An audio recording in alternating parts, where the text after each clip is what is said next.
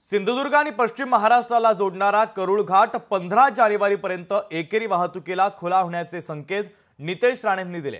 मंत्री नितेश राणे यांनी करूळ घाटाची अधिकाऱ्यांसह पाहणी केली आणि याचा आढावा घेतला। आमचे प्रतिनिधी रोहन नाईक यांनी पाहुयात। सिंधुदुर्ग जिल्हा आणि पश्चिम महाराष्ट्र जोडणारा करूळ घाट मागील वर्षभर बंद आहे। या घाटाचं कामकाज सुरू आहे। राज्याचे मंत्री आज नितेश राणे इथे उपस्थित होते। त्यांनी या घाटाच्या कामाची पाहणी केलेली आहे। अजूनही त्यांनी दिलेल्या माहितीप्रमाणे जवळपास 60% काम पूर्ण झालेलं आहे, 40% काम अजून बाकी आहे।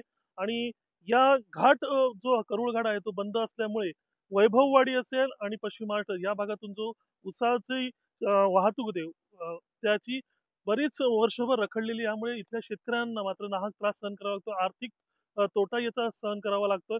मात्र आता ही शेवटची जी डेडलाईन दिलेली आहे 15 जानेवारीपर्यंत, 15 जानेवारीपर्यंत म्हणजे त्यानंतर एकेरी वाहतूक म्हणजे कोल्हापूरकडे जाणारी एकेरी वाहतूक सुरू होण्याची शक्यता आहे। परंतु त्यापूर्वी पुन्हा एकदा मंत्री नितेश राणे आणि इथल्या सार्वजनिक बांधकाम विभाग असेल यांच्या बैठक होणार आहे अधिकाऱ्यांची, त्यानंतर हा महत्त्वाचा निर्णय होणार आहे। परंतु ही डेडलाईन आता तरी पूर्ण होईल का हे पाहावं लागणार आहे। त्यामुळे योगेश रोहन नाईक, लोकशाही मराठी, सिंधुदुर्ग। 15 जानेवारीची ती अशी एक प्राथमिक तारीख अशी पुढे आलेली आहे।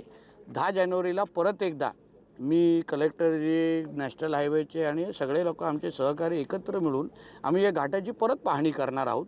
जे विषय आम्हाला आता विश्वासात घेतलेला आहे किंवा हे गोष्टी सुरक्षेच्या दृष्टिकोनातून आम्ही पूर्ण करू त्या पद्धतीने आम्ही बघणार आहोत, स्वतः अनुभव घेणार आहोत, स्वतः त्या रस्त्यावर जाणार आहोत।